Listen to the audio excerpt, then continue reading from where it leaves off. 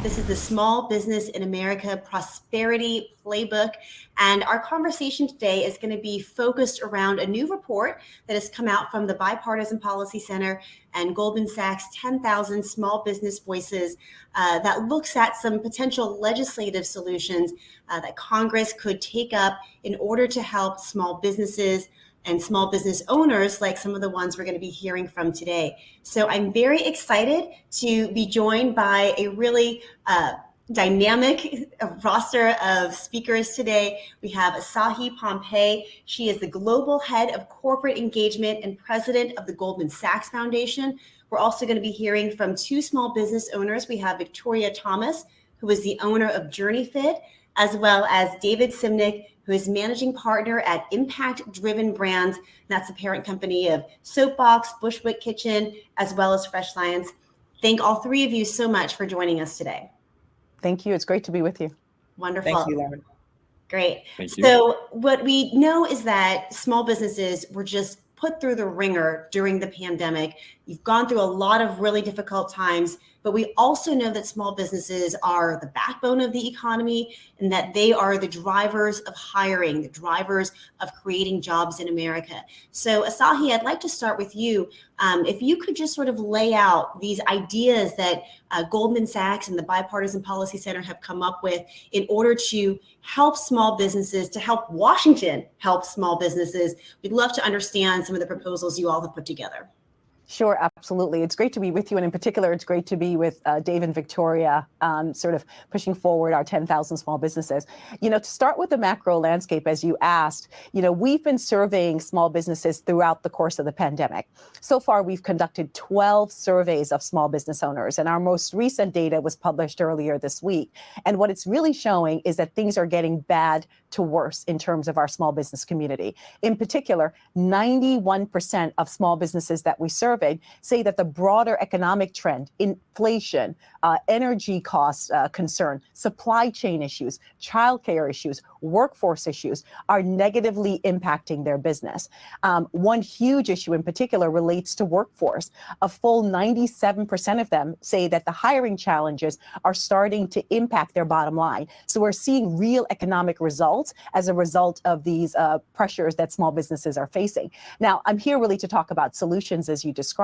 And what I love about our small business community is they don't admire the problem. They're about finding solutions, which I'm sure Dave and Victoria will underscore as well. Now, a couple of the solutions that our small business owners have put forth, one is related to childcare. A full 55% of them say that either they or their employees have experienced significant childcare pressures during the course of the pandemic. So what are the solutions? Three of them in particular. One is they're asking for more incentives for small business owners to contract with childcare providers for more affordable and quality childcare.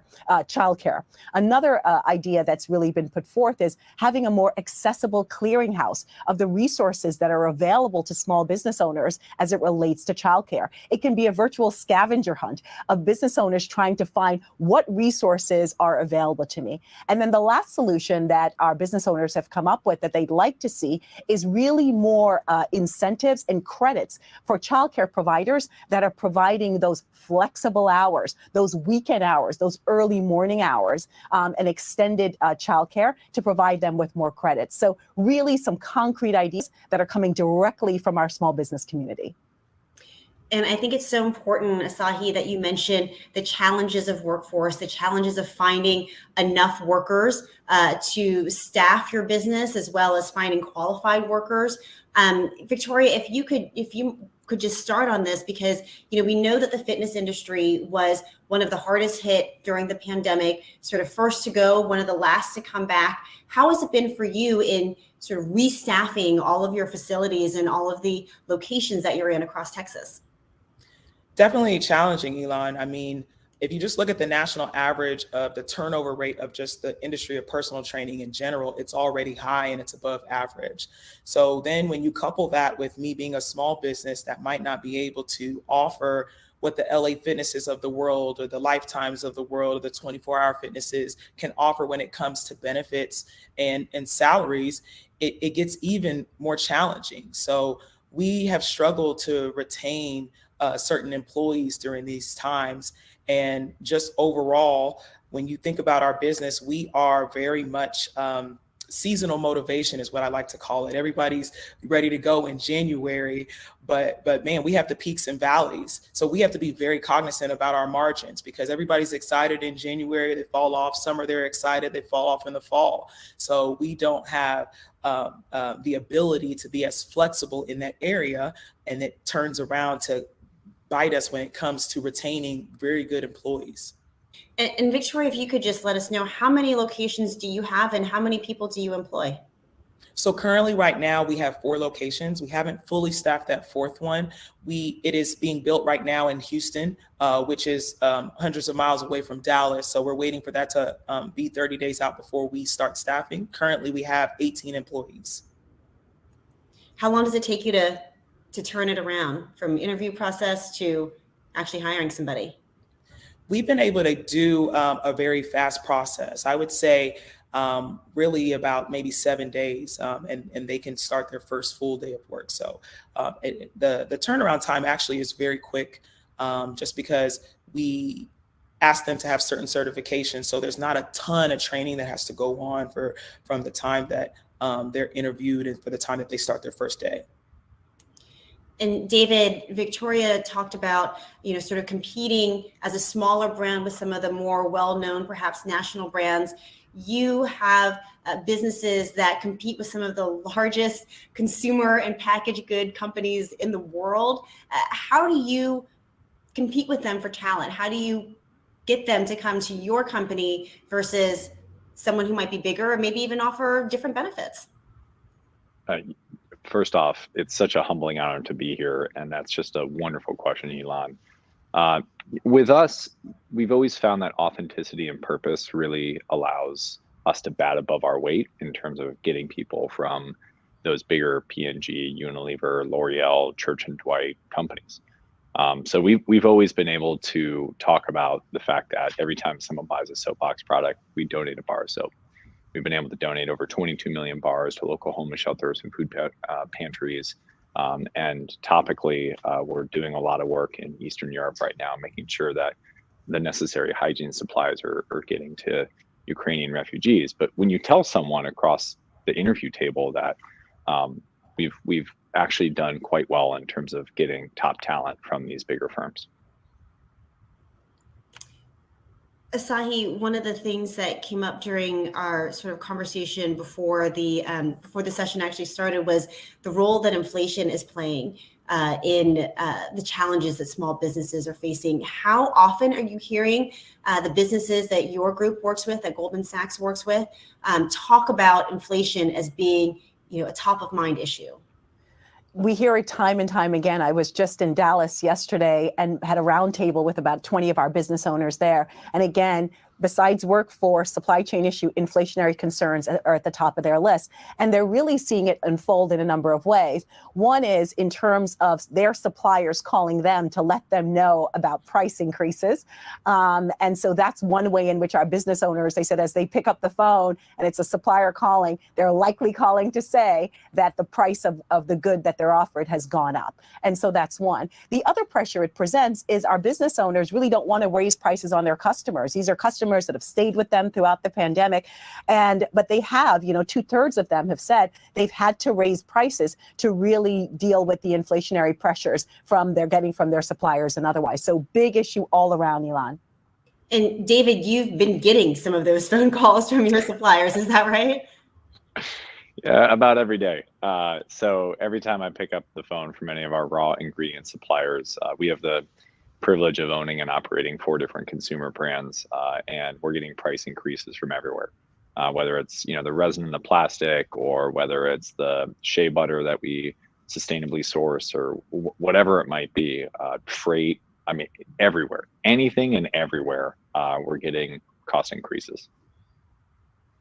What does that mean for some of your products? Are you able to keep selling everything that you had sold before? So it's a great question. No, we've had to make some really hard decisions in terms of cutting out certain SKUs that just no longer are profitable or make sense to continue selling. I'd say the other thing is that the whole industry is going through a very interesting shift. There used to be some hard and fast rules within personal care, and that is liquid hand soap could never work over $3.99. And you're starting to see that completely change. We were in a Walmart yesterday and saw even that, some tried and true brands are now creeping up past that red line. So it's a whole new world. This also provides, because I'm a glass half full type of guy, this also provides some really interesting opportunities, because certain price points that were never possible are now going to allow new competitors like ourselves to enter markets.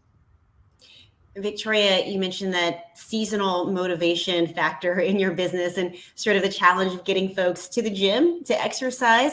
When the costs are higher, is that another disincentive for folks to try to get in shape and be healthy? How do you deal with that?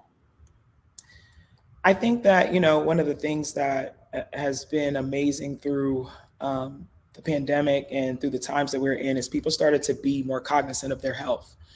So just kind of piggybacking off of David, I think I look at it glass half full as well. And I think that these are just opportunities for us to get more people in to be healthy. I think with inflation and with prices raising, we've really actually experienced that more on building new locations. So that's the area where we're struggling, where a typical bid on a job is now $80,000 over what it was before, because now our general contractors are passing through those increases to us, and they're bona fide valid pricing, because when I try to source all of the products and materials myself, everything has gone up. So I think that inflation has infected us the most when it comes to building more locations. And in conjunction with rising prices, what we see are also rising interest rates. The Fed just raised rates by 50 basis points. Today's Thursday, yesterday. Asahi, how could that impact small business owners' access to capital? And what are some ways that Washington can help unlock that pipeline and ensure that small business owners can find the dollars they need to do the investments they need to make? Certainly here at Goldman Sachs, Small Business Week is a huge issue for us because we've been invested in the small business community for over a decade through our 10,000 Small Businesses program. And I think in particular, one of the solutions that I'm hearing loud and clear from small business owners as I talk to them around the country is about reauthorizing the Small Business Administration. Now, the SBA was last reauthorized 22 years ago. And just to get into a little bit of detail about what reauthorization means, it means that Congress would take a top to bottom look at the SBA, its policies, its procedures, its initiatives, and really modernize that for 2022. We think the SBA needs that. We think our small business community around the country needs that. And that's one very concrete solution in terms of, from a policy perspective, reauthorize the SBA, make it a 2022 and future looking SBA, because our small business owners like David and Victoria are glass half full. They're there, they're resilient, they're ready to meet the new era, the post-pandemic world. Hopefully we're in it or soon to be in it. And reauthorizing the SBA is a key component of that. David, did you have something to add? Oh, I was just doing in support of everything that you just said. But I'm gonna do one with you, David. Yeah, right. Yeah. Well, so to add some context to that, I think it's we understand that there's always more pressing issues, war, pandemics. We completely understand that. Given the strength that small businesses provide to the United States, the fact that we employ almost half the country, there just needs to be attention and focus from Washington in reauthorizing the SBA to focus on issues like access to capital. I think I talk to so many other entrepreneurs of profitable companies that consistently say that trying to get a loan from a local bank, a community bank, a national bank is nearly impossible. And unless you're willing to personally guarantee everything, including your kidneys, you're not going to get one. So I think that has to be addressed. The voices of 10,000 plus small businesses through this report were heard loud and clear that access to capital and reforming that is definitely a top priority. I couldn't agree with David more, Ylan. And in particular, we've obviously been working with CDFIs throughout the pandemic. We've worked to deploy over $1.6 billion of funding through CDFIs to 37,000 small business owners. But another issue we're hearing very loud and clear is around this issue of procurement and government contracts. And usually that issue tends to be a snooze fest. No one really wants to talk about procurement and government contracts. But the reason that it matters to small business owners like Victoria and David and others is because it means sustainable, durable, long-term capital that can be unlocked if you're able to get a government contract. And what we're hearing from business owners is that the barrier to entry to get those government contracts are too high, and that they need those the barriers to entry to really decrease and provide more training and technical assistance so small business owners can take advantage of those government contracts and get long-term opportunity unlocked. So Victoria and David, let me ask you this question. During the pandemic, Washington stood up so many different programs to help businesses, to help small businesses, tax credits, PPP, et cetera. Was there one program that you felt was the most effective that you would advocate for keeping around? And of course, it's going to be idle for me. And of course, it's the economic injury disaster loan. So, can we bring it back and call it something else? Maybe. I felt like for the first time, there were a lot of lowering of the stringent threshold to receiving the loan. And of course, we've all discussed and know that small businesses are really the anchor of the economy. So of course, we're gonna put it out there and allow these businesses to receive this funding as quick as possible. Even though the SBA was very inundated with so many requests, I know that they did more loans for EIDL than they've done in some years past collectively. But I think streamlining that process, it was very scary for my business because we were reapplying because of the technical difficulties that they were receiving on their end. But I think bringing that back and maybe calling it something else, maybe allowing people to showcase their need, renaming it, and it just being a fund to making sure that companies have access to capital. David, what about you? We had a rather unique journey. Because we make liquid hand soap and hand sanitizer, our business grew nearly 9x, which also provided its own unique set of challenges. But in terms of the first PPP loans that went out, we didn't ethically feel right applying for it, just given that we were seeing some of the biggest growth that our company had ever experienced. But the second round we did, and that's just, once again, we are David. It's helpful that my name is also that first Goliath. And we had a bunch of POs cancel on us. So I still have about $6 million of hand sanitizer. If any of you guys want a truckload, just let me know. But because of that, we felt ethically right in actually checking that box that so many people here viewing and listening right now also check that box. So I think credit is definitely deserved in how fast all the parties in Washington, D.C. worked to try to push those out. I definitely know one of my close friends who runs a string of coffee shops within the D.C. area. It saved his business, hands down. His business would not exist today if not for the quick action by the SBA, the administrations, as well as Congress. So definitely credit is due to that. Asahi, if you could take out your crystal ball for a moment, you know that you worked on these proposals with the Bipartisan Policy Center, but unfortunately there's not a whole lot of bipartisanship happened on Capitol Hill lately. What is the prospect of getting any of these ideas passed? What is the conversation that you're having with lawmakers here? I think that as long as our small business community continues to make their voices heard, which through our 10,000 Small Businesses platform, we're seeing that loud and clear. So to me, I think that I'm optimistic. I think there will be changes to come. And the small business community, pardon me, is being very specific about the changes that are needed. And so I'm very optimistic that those conversations are going to get somewhere, in particular on reauthorizing the SBA, incentives as it relates to childcare, procurement contracts, and making that not a scavenger hunt for our business owners. Great. And I'm not sure if you guys can hear me. Can you give me a thumbs up if you can? Yeah, we can hear you. You can hear me? Okay, great. Thank you. So just in the final seconds that we have here, I'm going to sort of flip the question around, and David and Victoria, if there's one thing that Washington can do to help you in the next phase of your business, what would that be? Victoria? I've talked way too much. That's okay, David. I would say for our business, and not just our business, because I think about our customers too, because we're a service industry. I think it would be great to go back and I'm with Asahi. I mean, go back and look at every process procedure.